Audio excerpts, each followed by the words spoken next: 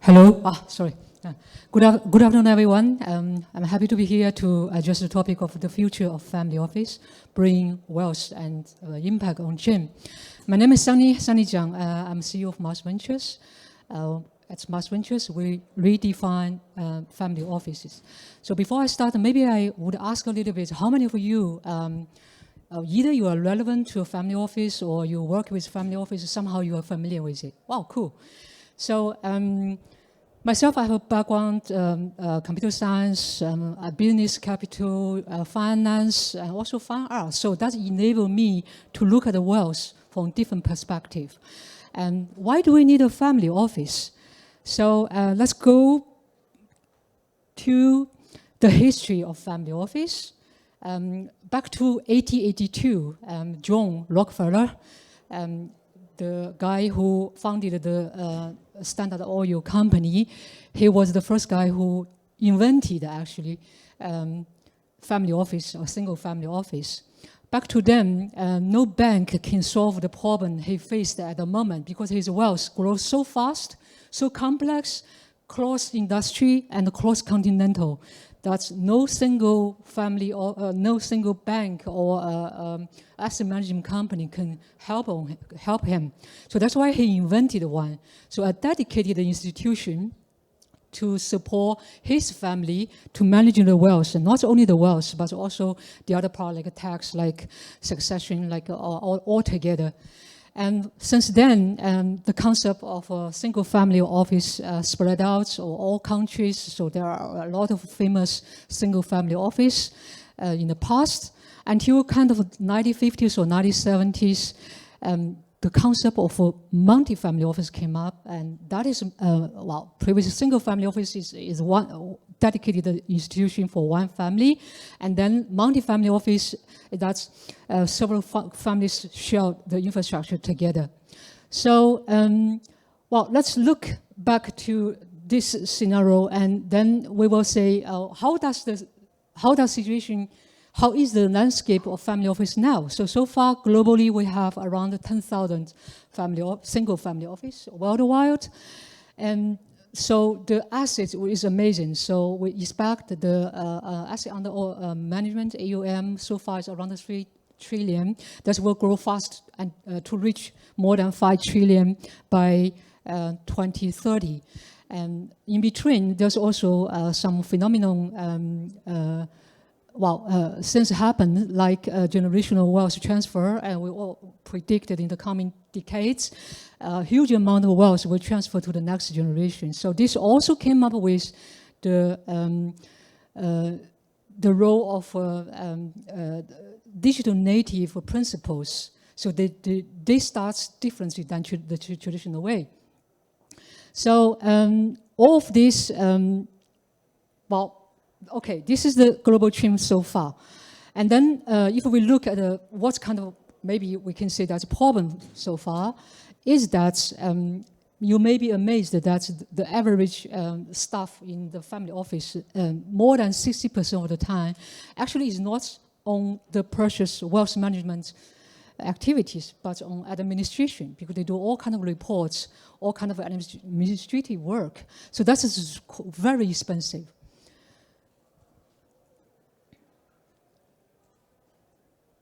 So let me tell you another story, is that there's a family called Vanderbilt, and they are very rich back to 1877.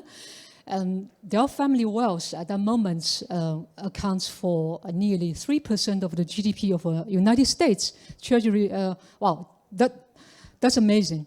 But around 100 years later, in 1975, when their descendants gathered together in a room, not even one of them is millionaire. So what that means that the wealth disappeared somehow. So the challenge in the family office is not just about the return in one generation. It is about succession and pass on the wealth cross generation. So what do we say the problem is that so far, I think even can be 99% of the focus of the whole infrastructure or focus is about financial capital. But we do think financial capital is not all the story. The complexity actually lies in family itself.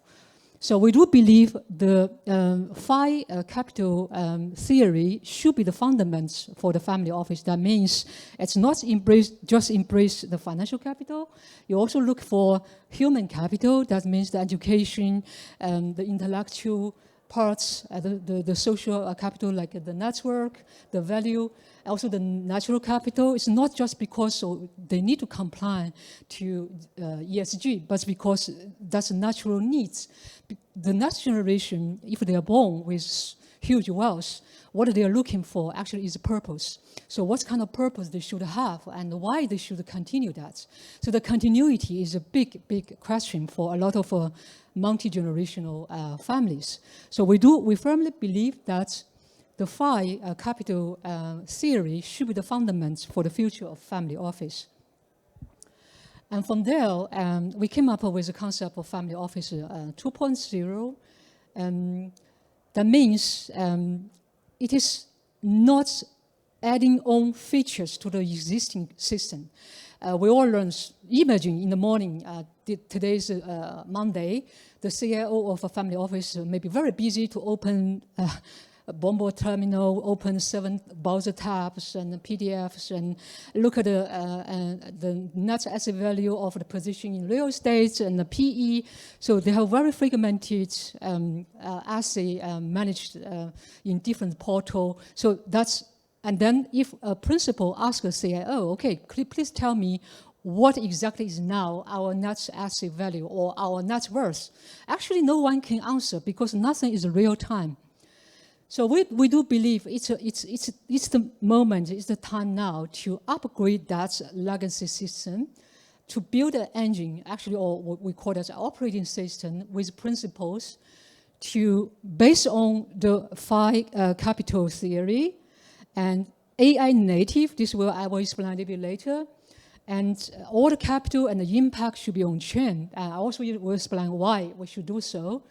And as many families, they do not only have activities or assets in one country, probably they have in many countries or continents. So the complexity of jurisdiction compliance is something we want to be integrated since day one. And very important, as I said, it's not adding on all features. So you have 100 features, but again, you are operating in a fragmented segments. We want to have an operating system. So the core value we deliver as a family office 2.0 is consolidation, is continuity, is engagement, because a lot of the next generation, we learned from the research, either they are not interested about doing the business of their parents did, or they didn't find the purpose why they should continue. So we wish to help them to engage them in the early stage and be involved in the whole cycle. So the very important part, organizational level assets, we all know now the huge wave of capital market on chain. We believe this year is, or maybe you can count last year as a starting year, but certainly this year is the first year of institution in crypto, or you say capital market slowly on chain. So a very interesting thing I would highlight first is that actually we call family capital as patient capital because a lot of them are allocated to the assets which is illiquid. For instance, private equity, for instance, real estate or the others. Normally they have to wait for minimum, I think, 5 years, 8 years.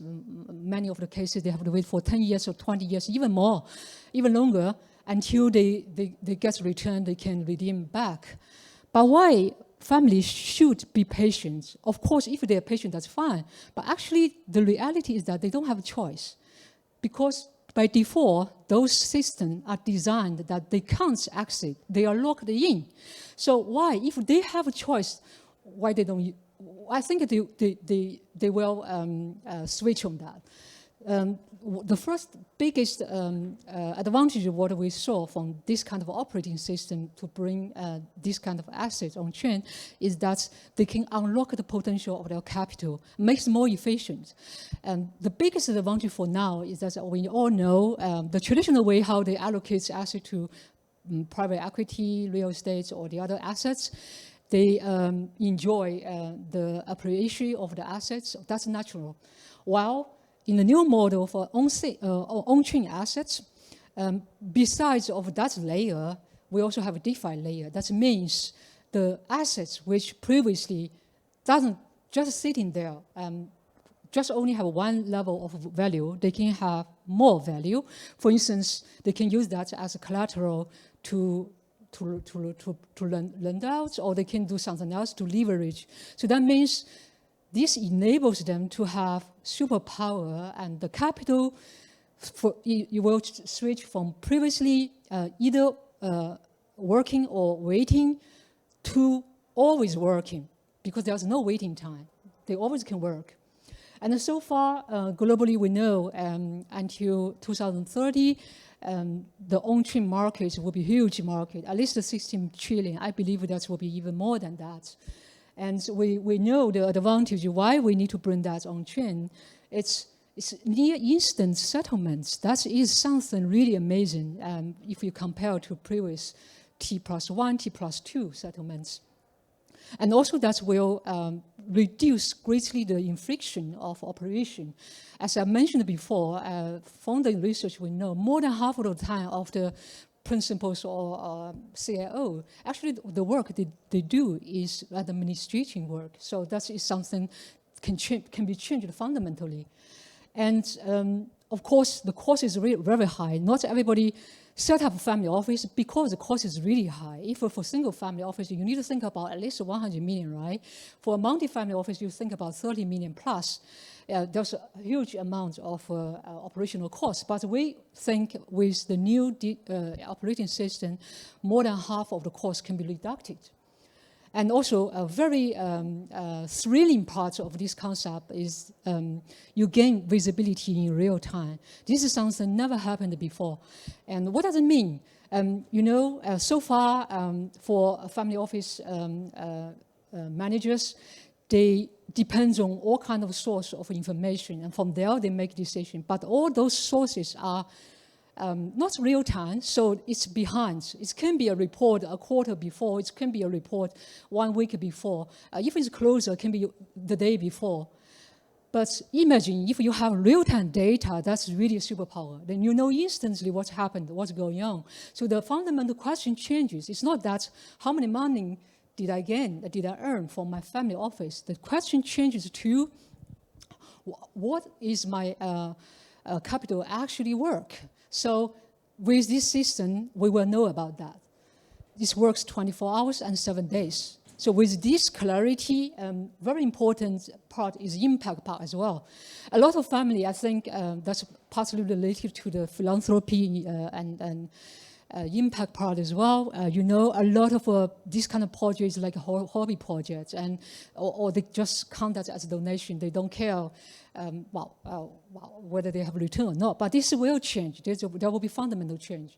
With the new system, we wish to support them to really from day one, when they onboarded their funds, it's very feasible. Proof of impact or proof of purpose is something make the changes fundamentally than before.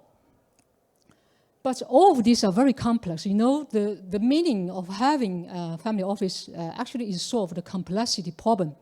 But actually, the current family office itself is complex. It's complexity itself. So that's why, as a very essential part of this system, we should introduce the multi-agent system. So I don't know how many of you already played around with something like Open Cloud, which came up recently, just months ago. But if you are in this area for AI, like using cloud, using ChatGPT or the other large language model quite some time, you will know it grows exponentially, so every day changes. Myself, I trained my agents kind of weeks ago, which I find amazing how they assist me for this, even for my trip this time in Cannes. So we do believe we should build this agent system for families. This is just an example. You can have, every family can have 100, even more agents. That means every agent can be customized to the specific needs and the priority of the family. So, okay, this is just general, monitor the portfolio, like optimize the tax, or support on the governance, and so those are common needs. But every family has their own appetites, has their own priority. Those parts, traditional families can't do because it's very demanding. These require a huge amount of labor or human intelligence, which is not designed for that.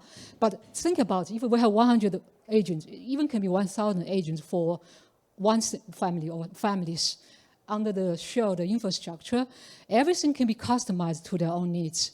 So in this level, we call that customization at scale. This is something the previous model can't do at all. So sum up a little bit, we do believe, so we need to think about a new engine instead of adding features in the previous working model. So thinking about blockchain as a fundamental infrastructure, as a settlement layer, of course you start with tokenize the fund, tokenize the real assets. From there, of course, from day one, everything should be compliant, and it should be by default compliant, also across jurisdiction. And in the core is real asset or capital on chain, because we do believe this will change the fundamentals of how asset management, how the asset will be managed in the near future. And it's not only about the capital, but also about the purpose. So both parts were well taken care. And as I said, the data and the intelligence layer is extremely important. So from day one, we should have that ready there as well. And then in the end, we don't bother with the families with all this kind of complexity of technology. What they have is the interface to the family, which we will really customize to them. So we believe such kind of a platform or operating system is something we really need for the future of family office. And as I said, it's a new engine. You can't install a GPS in a steam engine in the past. So the superiority of such kind of engine is that every family become a sovereign digital institution. So they enjoy the institution-grade services. This also means, the ultra high, let's say the ultra high net worth families, they have already family office, but they can be more efficient, they can enjoy more return, they can amplify their impact. But on the other hand, it will also unlock the opportunity for the other segments. For instance, they have less capital, or they are completely out of the scope of the current wealth management area because it's simply too much cost and too demanding on labor or solutions. So with this engine, we believe it will deliver the operational efficiency, the tax alpha, and governance or governance continuity. Also very important is the engagement of the next generation to the family. So the last slides. So we are not working this alone. So if you are a family office, we very much want to work with you to support you to do this transformation. On the other hand, if you are a solution provider like a protocol, like crypto yield strategies, or because we are not building all strategies ourselves, we rely on external managers to do that. So we're really very much open to work with all of you. So either you follow my linking, or we have also a network for global families with some boutique events. This year we had one in St. Moritz, Davos, London, and Amsterdam as well. So just feel free to connect, and very happy to work together. Thank you very much.